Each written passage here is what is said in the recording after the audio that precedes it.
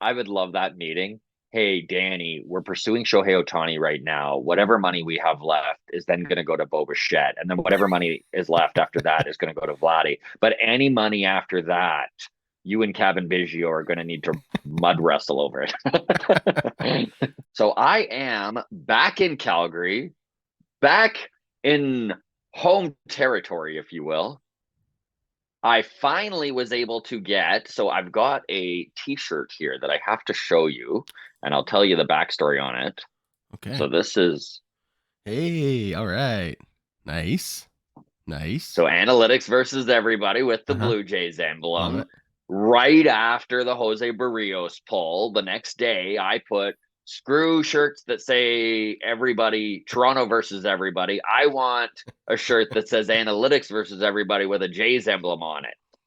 Meg from Twitter then took this little Amazing. quip, this little joke. She's living in New York, but a big Jays fan, and got the shirt made and sent it to me. That's So, amazing. Meg, thank you so much. If you're not following at Meg's on Twitter, on X, whatever you want to call it, you should. She is a gem, and she is the reason why this has come to life. I love that so much. That's awesome.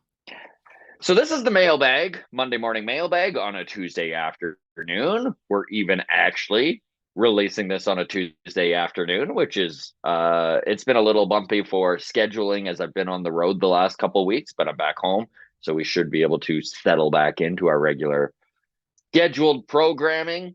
Just a quick heads up, everybody. I did sit down with Alan Rodon of the Toronto Blue Jays just yesterday. This is available on Patreon as we speak. Should be released next week sometime.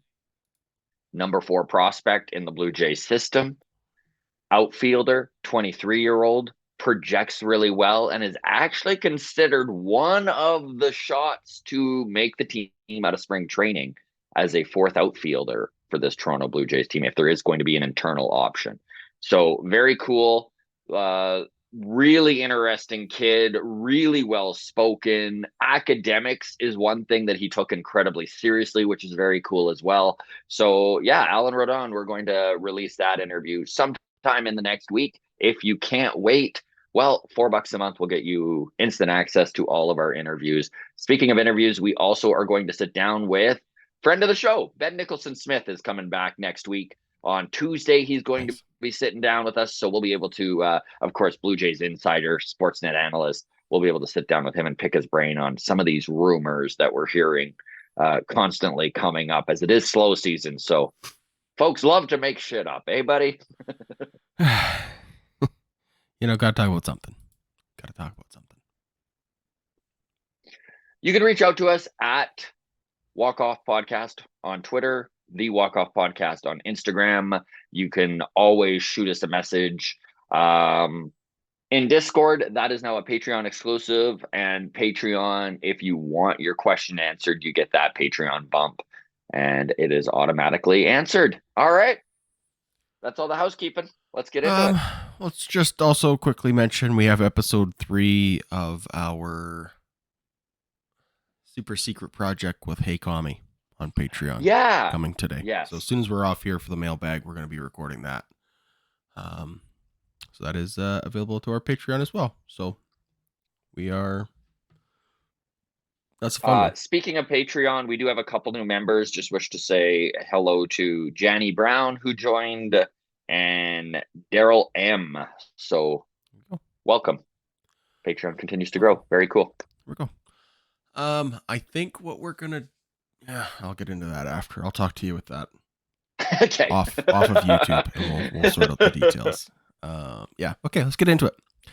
Mustard Tiger in Discord through Patreon says, "This is just because there's nothing happening, right? And we need something to talk about, right? Right?" And then A sends very the panicked right. John Morosi screenshot of how do you say this? Bo Bichette rumor trades. Mm-hmm. So the tweet is update on a Bo Bichette trade scenario per at Matt Kotze. Here's a point to ponder. How would a Bo Bichette to Cubs trade impact the way Ohtani views both of these potential suitors? So And Matt Kotze, of course, quoting K Fids, who's got an unspecified source. So rumors are swirling, Scott. Where do we Yeah, start with this? Bo Bichette would be into playing third base. That's the Cubs' big move here. Is they're going to get Bo Bichette and move him to third. Yeah, I mean, Mustard Tiger kind of nailed it. I love the way he framed it too. This is because it's slow, right? Right? Question mark, question mark, question mark. Panic, a little bit of panic, right? Right. Could this Listen, happen? so this is where I'm at on it. It makes no sense. It makes no sense from a Toronto Blue Jays standpoint. Now, listen, obviously, if you are the fan base of the Los Angeles Dodgers, if you're the fan base of the Chicago Cubs, and you're looking around to fill your shortstop hole, you're looking around to fill your third base hole, of course you want to dream big and take a look into the American League and go, hey, Bo Bichette only has 2 years left on his contract. He's one of the best shortstops in all of baseball. He's only 25 years old. Maybe we can get him, sign him to a long-term contract. Yeah, if I was cheering for those teams too, that's exactly what I would be after the front office to do. Yes, go poach Bo Bichette from the Blue Jays. But let's break this down for a second. The Toronto Blue Jays just put $500 million into upgrading the Rogers Center. They are now selling corporate seats at corporate pricing. They are turning the Toronto Blue Jays into the Toronto Maple Leafs, which means it is all corporate funding when it comes to the live games. It's becoming more and more expensive for everyday people to be there. And for them to justify this, do you think they're going to trade Bo Bichette? Like, listen, I'm not saying that Shapiro and Atkins wouldn't listen on a trade if a mega offer comes their way. Obviously, it is, you got to do your due diligence. Mm-hmm. You need to take these offers and comb through them. But to trade Bo Bichette for anything other than almost equivalent value plus doesn't make any sense. There are 2 full years left on his contract, or under control, I should say, arbitration years. Last year, Bo Bichette ranked as one of the worst defensive shortstops in all of baseball in 2022. He went from a negative 16 defensive runs saved in 2022 to plus 5 in 2023. His ground balls converted to outs per year. He ranked 33rd and 30th in 2019 and 2020. In 2021, he ranked 28th. Same goes for 2022. He ranked 14th in 2023. Bo Bichette has turned himself into an average Major League Baseball shortstop who rakes. Hit over 300. He hits for power. He hits for doubles. Look at his doubles. He's hitting them all over the field. This is one of the premier shortstops in baseball for a team that considers themselves in contention.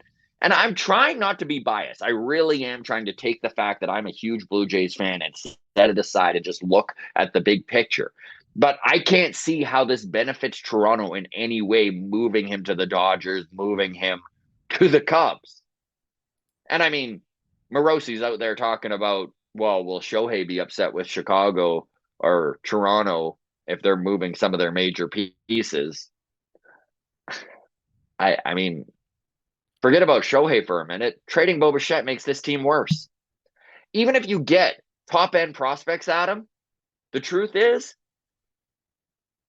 these prospects' likelihood of becoming as good as Bo Bichette is almost nil. So what are we doing here? Yeah. Okay. I just want to start by saying, like, I agree with basically everything you said. Semicolon, however, comma.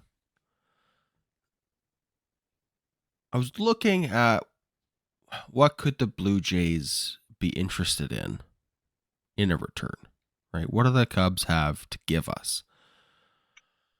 Why would we even entertain trading Bo Bichette. I mean, first thing that comes to mind is, look, Ross Atkins and Mark Shapiro know to a level we can't even pretend to imagine how far apart this is both the sides are. asterisk. And this is the asterisk, and I love that we're getting to this. Yes. We don't know.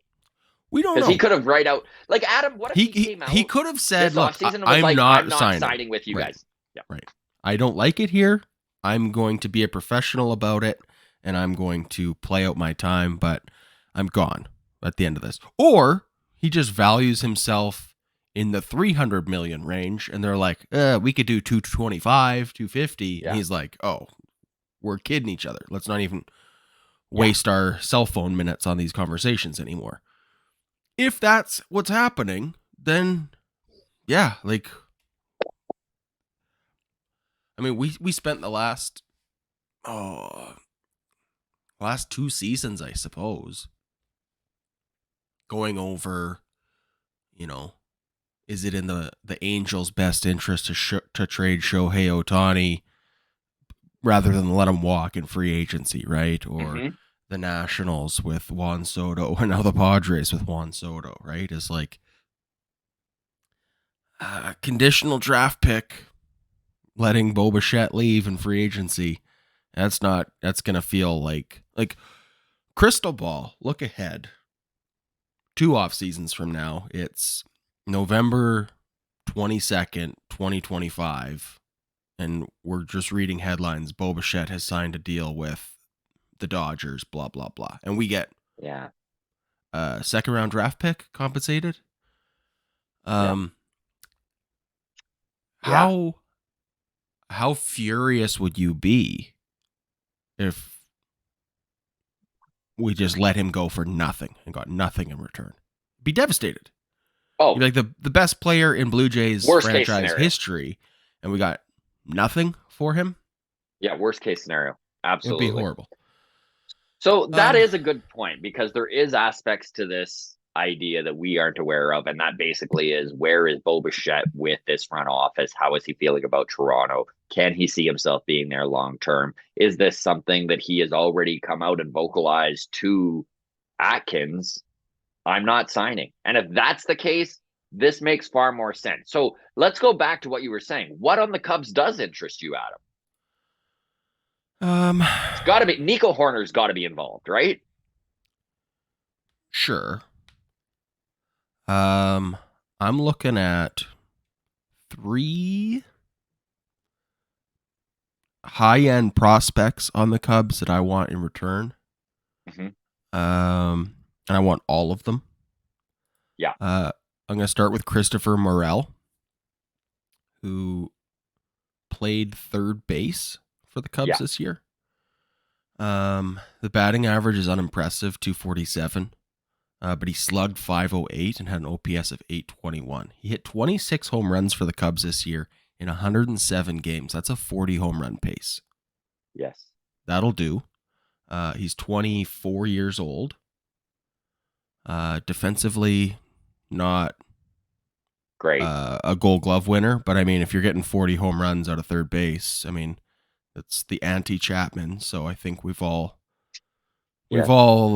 showed our hand as to what we'd prefer out of third base, I think.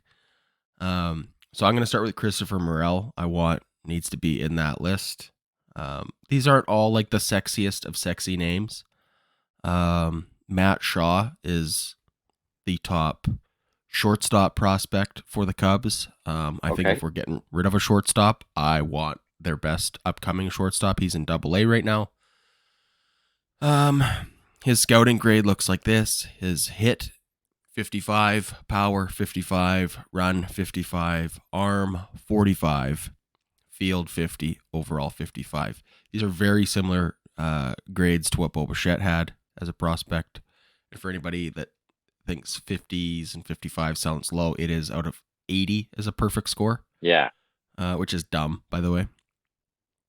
So 40 is above average is how they view it then. Yeah. So good hitter. Baseball, buddy. Weak arm.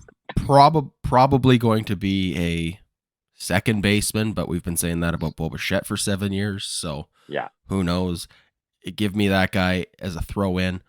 And then a Canadian kid, Owen Casey. Okay. He is AA as well, outfielder.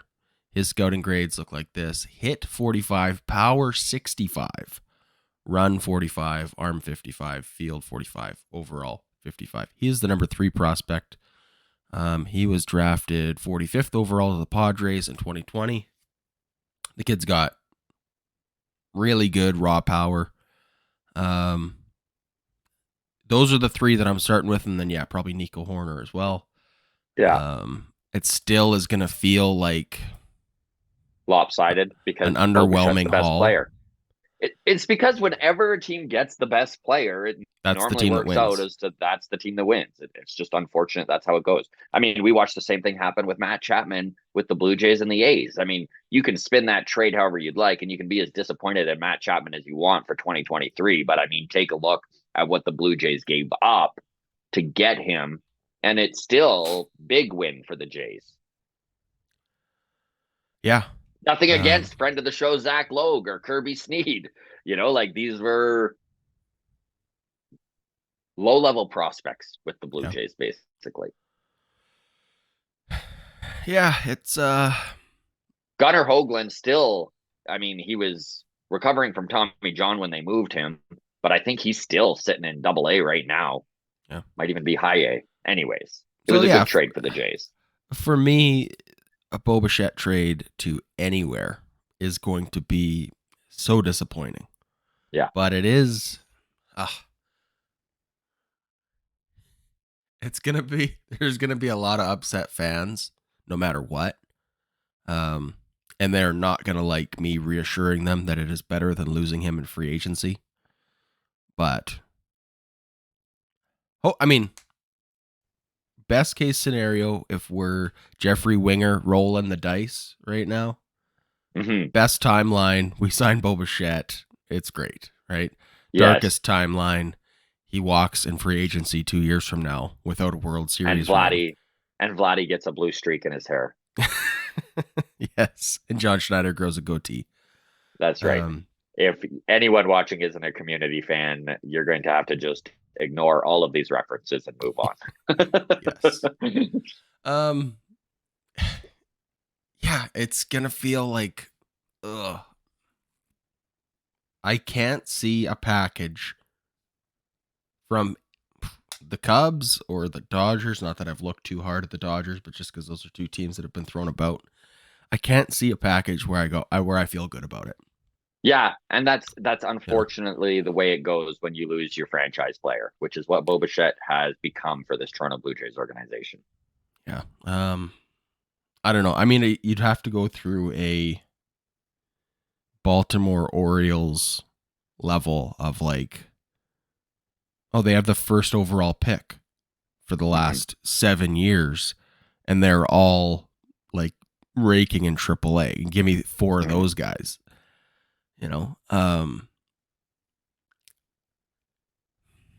Yeah, it's going to be a tough pill to swallow if the Jays end up trading Bichette. And I hate even thinking of that. I don't think that this is, how do you say, where there's smoke, there's fire, I suppose. But I don't think that's what this is. I think this is more talk, and there might be more wishful thinking from other fans. And I'm sure there are. In fact, I would say there's probably a 5% chance that Bichette gets moved this offseason. Sure. And then the truth is, this front office is going to wait until next offseason to figure out what's going on. Because by next offseason, they can make legitimate push to sign Bo and see where he is temperature-wise on the idea. And if he's I mean, you never see a team move a guy and then go and re-up on him the next year, but there's always that option too, right? Like just because they go out and get assets in return for their franchise shortstop doesn't mean that in 1 year they can't also be bidding on him in free agency if he's made it very clear he is determined to hit the open market, which is for a guy of Bichette's ilk, right? A dude who really is a top 5 shortstop. And I know there might be people listening to this that are like, he's not a top 5 shortstop. He's the 6th best. However you rank him. Oh, that's amazing, Scott. He's the top shortstop in baseball, and those just aren't cheap. All right. If nothing else, get ready for a bunch of Bichette thumbnails coming in the next couple weeks. You won't believe what Atkins said. Well, I'm gonna have to use words like scary and terrifying and stuff Yes. like this. Hopefully, you put it in all capital letters, though, Adam. Very Always. important. Yes. Always. Okay. Wyatt on Patreon says, last mailbag, you guys talked about the Jays wanting to do, quote, something big, and that you hoped the something big was not just re-signing Matt Chapman. Does something big to you refer to a big free agent signing like Josh Hader, a Juan Soto, or Nolan Arenado trade, or maybe a 3-team trade? What's your guys' definition of something big? So, Marcus, yes, to all of those things. Any of those would qualify as a big move. I think when the Jays say they want to do something, quote unquote, big, They're talking about trade Bo Bichette, right? That's right, for prospects. Cash consideration. You take a look at this team and you identify who their core is. And right now, their core is Bo Bichette. Vlad Guerrero most likely is in there. I don't know if you really hang your hat on anyone else outside of the pitching staff. So maybe what something big would be is adding to that core, right? A guy that you build around. Hold on. Just while we're on the topic of core. Dalton Varsho? I would say Varsho, core? De facto, yes. And that's, you need to put an asterisk to it because his numbers aren't, they're obviously building around him and he's got term. He's with this team for 3 more years. He is an incredible center fielder. They're obviously going to push to have him in center to maximize his value. Does he have potential to increase his offensive output? I think he does. Even if you look at his 2022 numbers and he bounces back to that, it's going to be an improvement. But is he a guy that you build around? Is he a franchise type player? I wouldn't really say so. So, yeah, he's he's going to be a member of this team for the next 3 years. By the way, de facto core, all I can think about is how that is a great name for like a 90s action movie starring Bruce Willis. Or a 90s grunge band. Oh, even better. Yeah, de facto core. All right, we're off the rails here. Perfect. Yeah. It took us 22 minutes to get off the rails, but we did it. It's a new record. Yeah. All right, yeah, something big. A 3-team trade, I don't think, is one of those things that just happens. Mm-hmm. Like, they're almost when you see 3-team trades, it's almost always one team is getting almost all the prospects, and then 2 of the teams are getting exactly. So someone's giving away major league ready talent, and they're like, "We're rebuilding. Right. Give us your prospects." Right? We can't afford. We don't have enough prospects for Juan Soto ourselves, but if we trade Kevin Biggio to the Astros, we can get a couple more prospects that we can sweeten the Juan Soto deal on. But yes, that's a great point. So a 3-team trade, I wouldn't necessarily put in that's a big move. Like if we were just a part of it, I'd be like kind of underwhelmed. Yeah. It still depends on who's coming back, obviously. No, if it's a 4-team trade, I'm still underwhelmed. But something big like Josh Hader, now you're tickling my eyebrows. Yes. How would you feel about Josh Hader and bumping Jordan Romano? Or would it be a competition for the closer role? You know what? I am not opposed to Josh Hader, but here's the thing.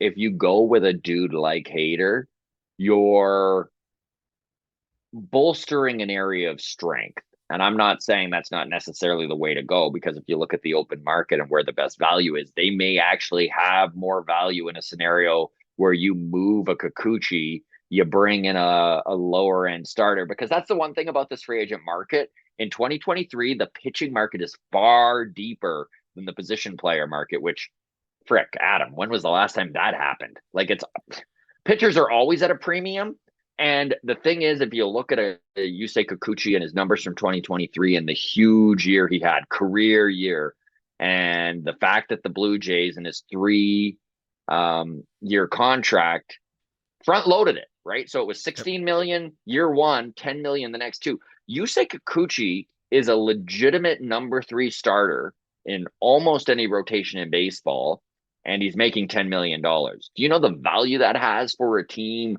of, let's say, a Cincinnati Reds size market? Some of these teams, Milwaukee is a team.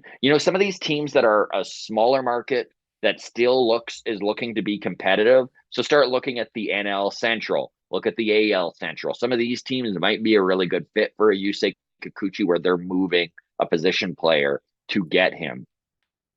And then the Jays can bolster their starting rotation or their bullpen through free agency. So Josh Hader, I mean, redundant, but I mean, yeah, please. How about this? We sign Josh Hader, which then allows us to trade the Markham Madman, Jordan Romano, with Yusei Kikuchi and Espinal plus prospect or two, Juan Soto. Padres need a closer if they're losing Josh Hader. They need cheap pitching if they're shedding salary. True. All right. I really don't like speculating on potential trades. I much prefer reacting to things that actually happened. If I wanted fantasy, I play Dungeons and Dragons, so which I do, and that's enough for me. All right. Next one from Marcus G on Patreon. In the interest of for casuals by casuals, here's a soft toss for the mailbag. While you're not low on Davis Schneider, viewing him as an MLB player, albeit a utility one, you're significantly higher on Damiano Parmigiani. That's not his name, but it is hilarious. As a future everyday player. However, both seem fungible to my eyes. Good on-base skills with pop, multiple defensive positions, succeeded at all levels of the minors. So what gives in how you're projecting these two guys so differently? Also, both were low-drafted, unhyped prospects. Great question. Very good question. And there is something to be said for these lower-ranked prospects who have all these obstacles to overcome in the minor leagues to get to the big leagues. And that was one thing that Davis Schneider had dealt with on multiple levels throughout his minor league career. I know we've had him on the show 3 or 4 times now, and he has gone over his stories. The fact that in 2021, he was riding the bench in Vancouver. He was on the verge of quitting. He was getting 1 to 2 games a week under his belt.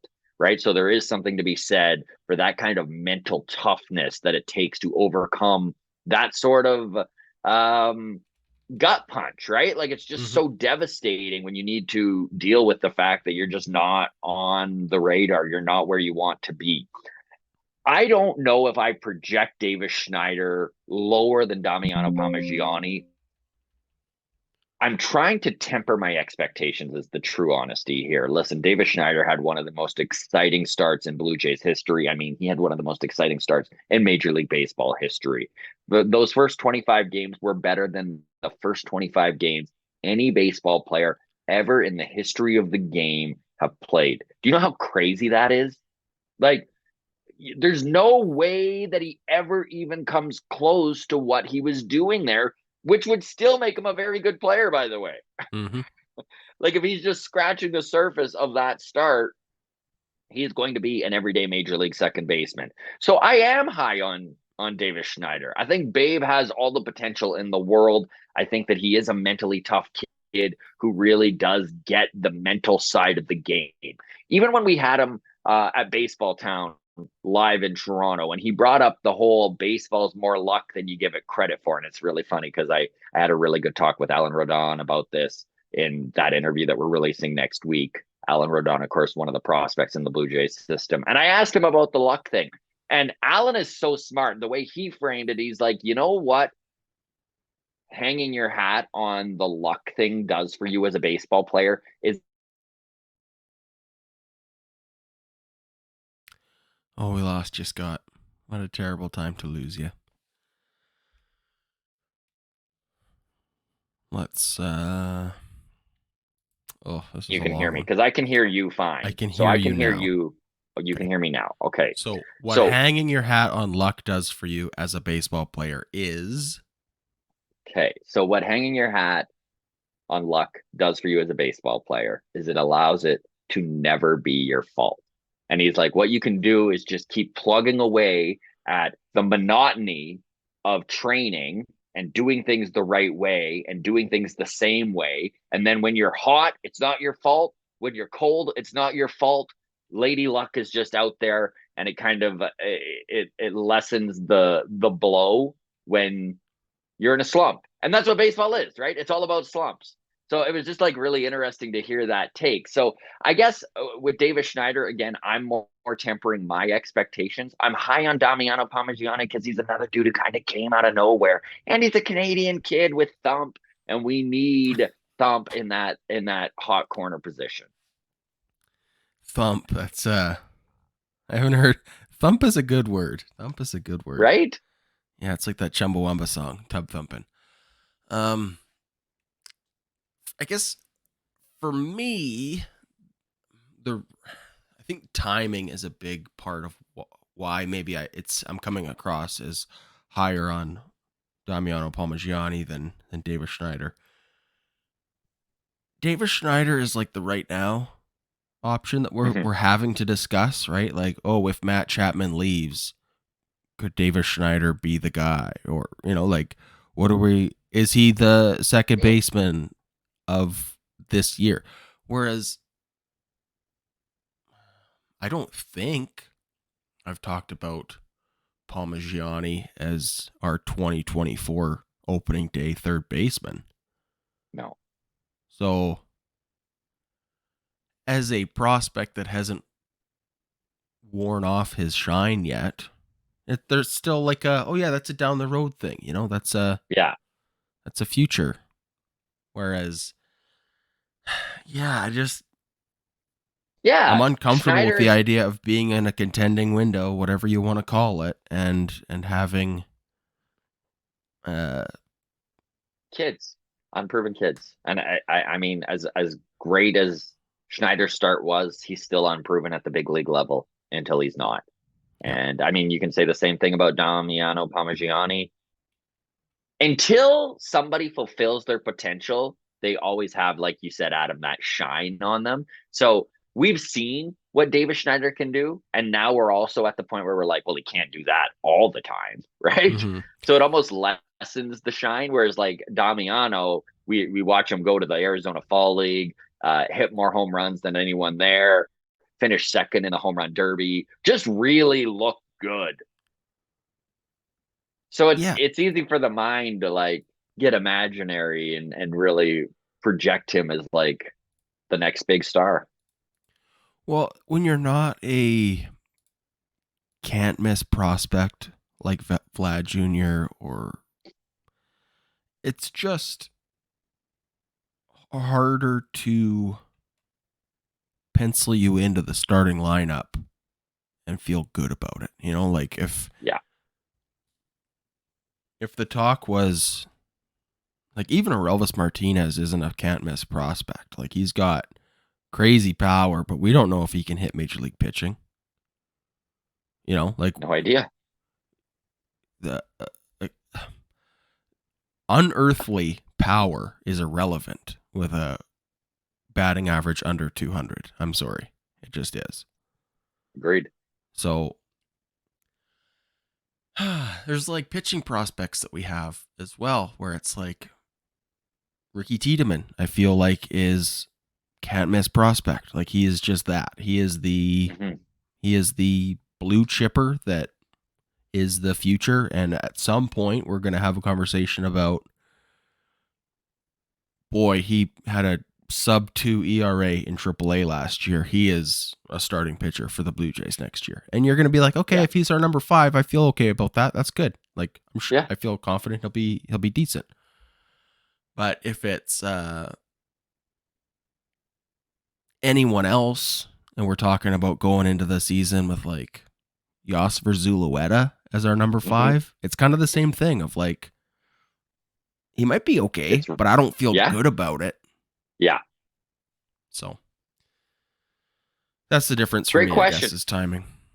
Love that question. Okay. Matt Finley says, hey guys, mailbag question. With the recent rumors that it doesn't sound like Jansen and the Jays are close on a deal, let's play the hypothetical for a second. If Danny puts together a full healthy season and walks to free agency and we lose him, what do we do at catcher? The catcher market doesn't seem too appealing the next few years, and nobody in the Jays org comes to mind to fill a platoon role with Kirk. Cheers. Okay, so let's start with something that you brought up before we hit record on this, Adam, and I'll just throw to you. But this all stems from the Scotty Mitchell show. Great podcast, by the way. Check out the Scotty Mitchell show. It's pretty new over the last couple months. Scotty Mitchell, TSN analyst, Blue Jays analyst, friend of the show. He's been on the walk-off a couple of times now and is very generous with his time. But let's start with when this aired. So this aired on October 1st on Spotify. It was recorded in late September. The video of the interview with Jansen specifically, Jansen's still in a cast. So if you remember, he fractured his thumb on the odd foul ball tip there that hit him in the hand. And the clip is basically this.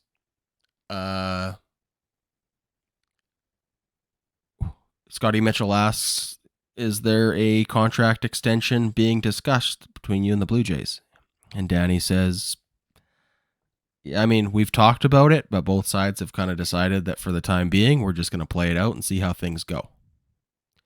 I don't know why a almost 2-month-old interview is being reposted now as if it's new and Danny Jansen just said that this week. But that's what's happening. It's slow.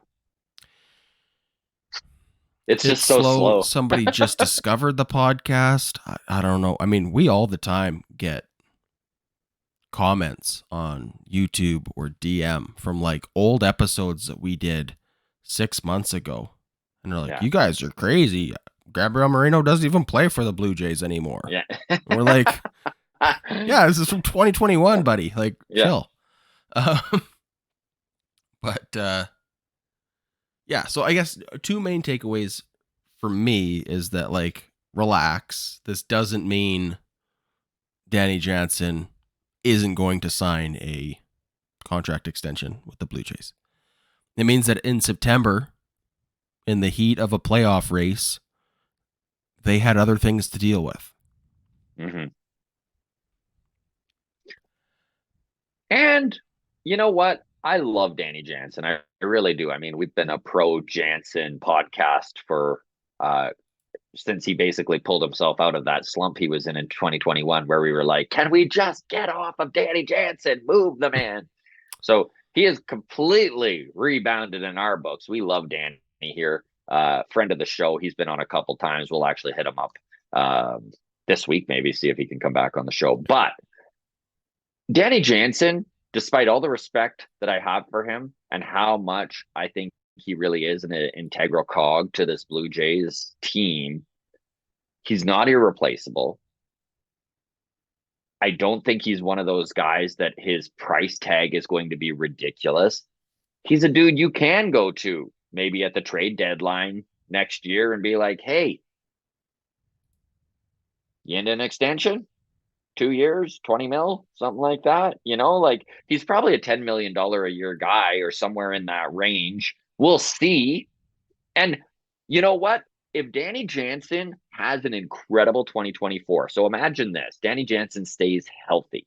He actually is behind the plate for 120 games. He's showing that other way power that he has and is forcing the Blue Jays' hand into DHing him more than anyone had anticipated. He hits 25 to 30 bombs and is one of the best offensive catchers in baseball.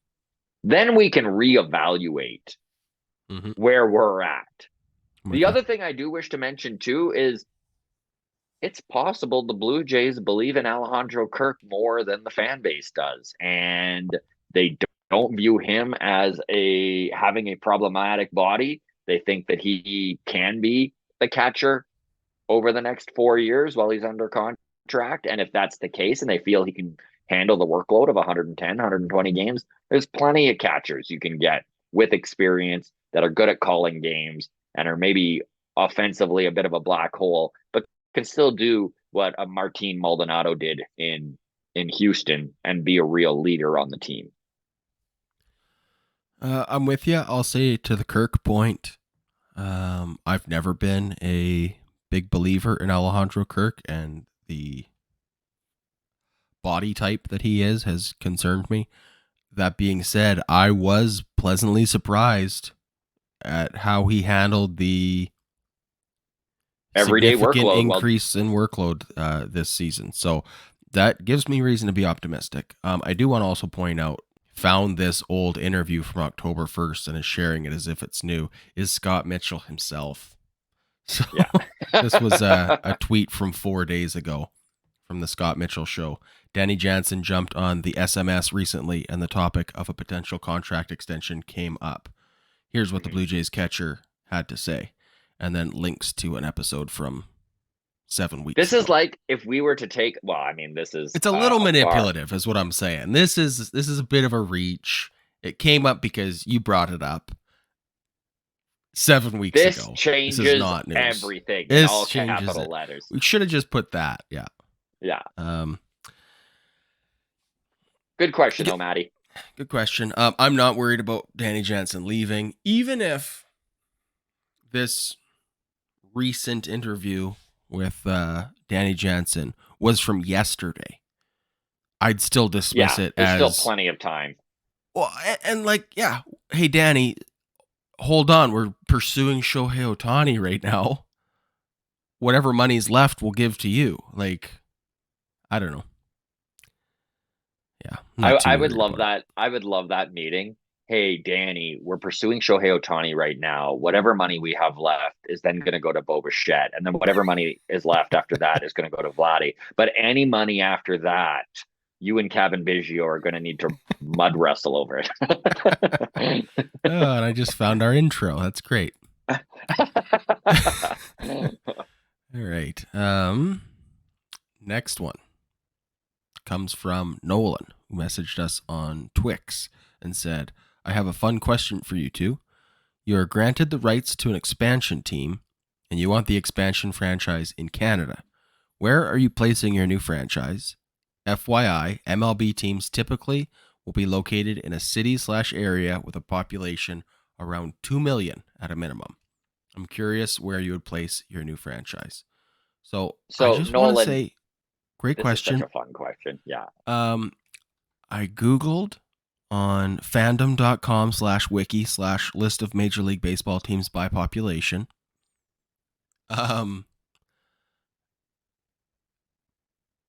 Milwaukee, 1.5 million. Every other team, 2 million or more. Okay. I don't know how reliable this is. Like, Cleveland is described as Greater Cleveland, 2 million. I don't know if the population of Cleveland is actually 2 million. Cincinnati - Northern Kentucky metropolitan area, 2.1 million. I don't know how much they're stretching these. Mm-hmm. The Marlins, what's the population of Miami? Is it 5 million, or is that the South Florida metropolitan area? I don't know. I just want to put that out there for anybody listening. Now, because this is a hypothetical situation that would never happen, where you and I are given a franchise and get to choose where it goes, I'm going off the book. If I am choosing where a new franchise is going in Canada, yes, everyone's like, is he picking Vancouver? Is he picking Montreal? No, I'm putting it right here in Calgary, 1.3 million people. The population of Alberta is over 5 million. The population of the Calgary and surrounding area within a 1 hour radius is well over 2 million people. Personally, hotbed of baseball. Love it. One of the top in the country with the Okotoks Dogs here and the developmental system that has been put into place around southern Alberta. I'd say put it right here in Calgary, baby. That's what I want. I love it. That's a great answer. Being in Edmonton, you'd think I would say Edmonton, but I would also pick Calgary because nobody wants to play baseball in Edmonton. Chris Pronger doesn't even want to play hockey in Edmonton. Oh, that's an old reference. But I am going to choose Regina, Saskatchewan. Because if I know, look, 200,000 people, but if they can almost sell out a CFL stadium almost 9 times a year, surely they can carry the weight of 81 home games. So, agreed. There you go. Saskatchewan loves baseball, by the way. Shout out to all of our Saskatchewan listeners right now because we get messages from you folks all the time. So Sask strong, love it. Love it. Although it would be more hilarious to have a team in Moose Jaw. So for tax purposes. What about Lloydminster? Right on the border. Right on the border. Both the Saskatchewan and the Alberta. Love it. Put it on Alberta time though. Of course. All right. Except for playoffs, maybe we cheat a time zone to get a non-afternoon game. We can manipulate the time zones. Yeah, we'll manipulate it. We're owners now. We're owners, baby. The podcast is taking off.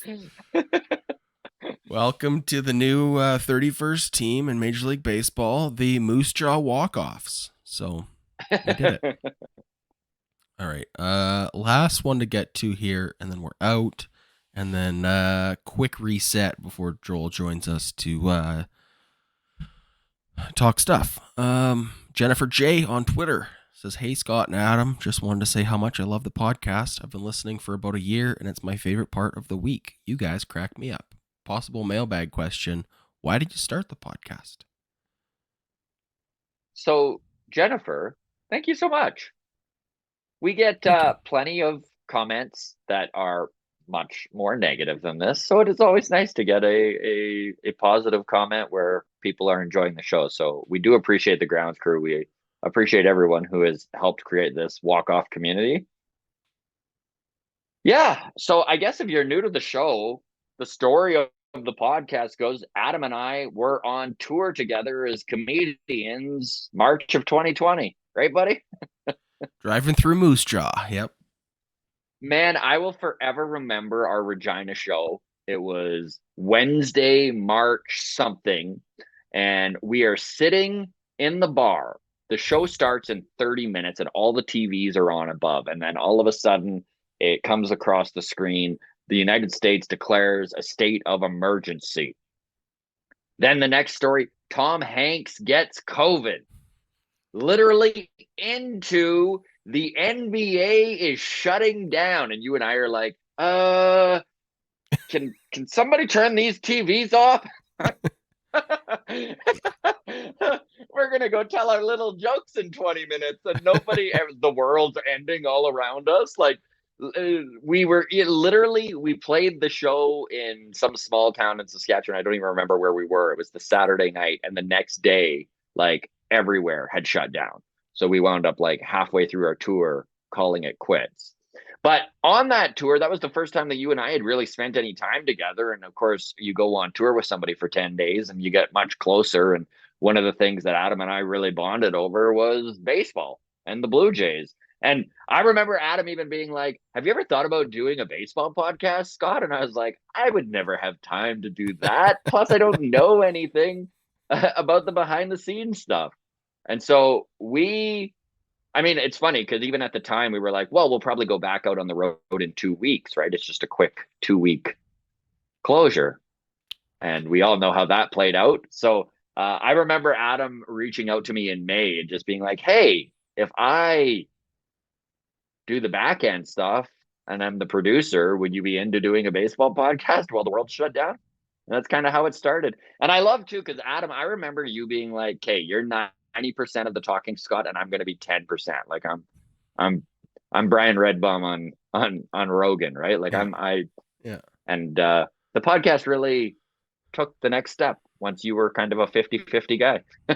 Thanks, buddy. Yeah. My recollection of how that whole week went, like after that Regina show and everything shut down. I mean, we still had 5 or 6 dates left on our tour. Yeah. And we were starting to like kind of scramble. We were starting to get like phone calls from the venues being like, Yeah. "You guys still want to do this? Like, we're not sure." Like, we hadn't gone full lockdown yet, but it was definitely like, better grab some toilet paper while you can. Had shut down and stuff. Like, it was like weird shit was happening, right? Like, yeah. So while driving across the prairies, you, me, and believe it or not, another Scott. Yes. Scott Porteous. A worse Scott. Where I'm gonna say it right to Scott Porteous. I just remember being like, this is a surreal moment, and I was just surrounded by Scott Porteous would be in the back seat, letting out a sigh every like 15 minutes, like, "Oh no," of like somebody else has COVID, and just like all these like super depressed reactions to not real news story. "Oh my God, Selena Gomez has symptoms, you guys," this sort of stuff. And then Scott would have his phone going off with like real impact of like, "Fuck, I just had shows in April cancel on me now." Like Scott was Scott was just like counting the money that was being lit on fire as he just continued to lose gigs. And I was so like sympathetic for it. I was like, oh man, like Scott's really, we didn't know Trudeau bucks were coming, but we didn't know Trudeau bucks were coming yet. Yeah. But it was quite the experience. And look at us now, buddy. Like, it's so crazy that there's no way this podcast would have happened without the pandemic. There's just no way. I don't think we would have. Well, it forced everybody onto Zoom too. Like, everybody had to learn how to Zoom, right? So it really made like our ability to interview prospects who are in Dunedin and wherever a thing. Can you imagine trying to get Danny Jansen and be like, "Hey, do you want to do an interview?" And by miraculous, he's like, "Sure, sounds good." And you're like, "Okay, so you need to download Zoom." And he's like, "What's Zoom?" And it's crazy because everyone knows how to do it now. Everyone knows it. Like, this was not the case in 2019. No. Video calls, everyone was like, "Why do I want to look at somebody?" Yeah, exactly. Anyways, so that's that. Kind of cool. Then the last kind of question kind of ties into this. Deb on Patreon, who, by the way, her new profile on Patreon is her with a walk-off coffee mug. So there you go. Which is lovely. Yes. Lovely. So Deb, she got her merch. Possible question for your next interview, which you did ask to Alan Rodon. Alan Rodon, thank you. What made you choose baseball over other sports, and what would your second choice have been? P.S. No need to ask this question. If it doesn't fit in, I won't be upset. Very Canadian of you, Deb.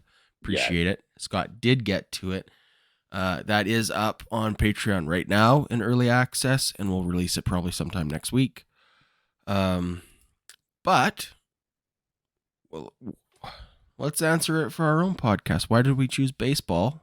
And what would our second choice have been if we had have been forced to do a podcast together? Yeah. What would have our CFL team been, as you said before we hit record? Yeah, I mean, I think the big thing was just both you and I had such an interest towards it. And I just am such a huge Blue Jays fan. It made a lot of sense. I mean, obviously, it's funny because I cooled on hockey a lot. And then when I was in Halifax for the last 2 weeks with my buddy Neil, we were literally watching hockey almost every night. And the beautiful thing with the East Coast is that the Flames game started at 11 p.m. So I could do my shows and then still get back to the hotel in time to watch. So like I've really especially now that the Flames are only 3 points out of the playoffs and the terrible start they had is starting to come around and blah, blah, blah. Like I'm a Flames fan. So I guess it would be a Calgary Flames hockey podcast would be Yeah. my other option, my other choice.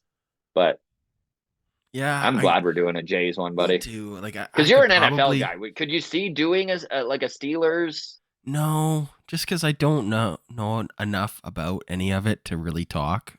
Like I never played football as a kid. I Mhm. don't have any sort of a real passion for the inner workings. I guess it it is just already such a overserved niche as it is. Yeah. Yeah. Um, when we started this podcast, there wasn't 11 Near as other many Blue Jays. clickbait Yeah. podcasts out there. Yeah. So, yeah, I don't know. I mean, I'm hearing trade rumors of Connor McDavid for Bichette, but that's cross sports trades almost never happen. So we'll see. But it's something to put in the thumbnail, I suppose. Yeah, I don't know. Yeah. This is, Well, yeah, this I don't was know. fun. This It was was good. a fun little topic. We'll end it here as we do have to get going. But honestly, a big thank you to everyone who reached out. We do try and get to everyone's questions and comments. Listen, I know we're scratching the surface. Even now in the off season, we're probably only getting the 5 to 10% of your questions and comments. Just keep trying. That's all I can say. We try and do the non-Patreon ones as much as possible and spread it around. If you are getting frustrated and you enjoy the product, $4 a month gets you guaranteed. Your question gets in every week. So you can feel free to do that. We do MLB Mondays, which is part of Patreon. And then all of our interviews and shows are instant access. And you don't need to put up with our clickbaity thumbnail stuff that so many of you sometimes get frustrated with. Because in Patreon, this changes nothing. This changes nothing. There you go. Okay. That is Thanks, everybody. cheers. We'll see you on Friday.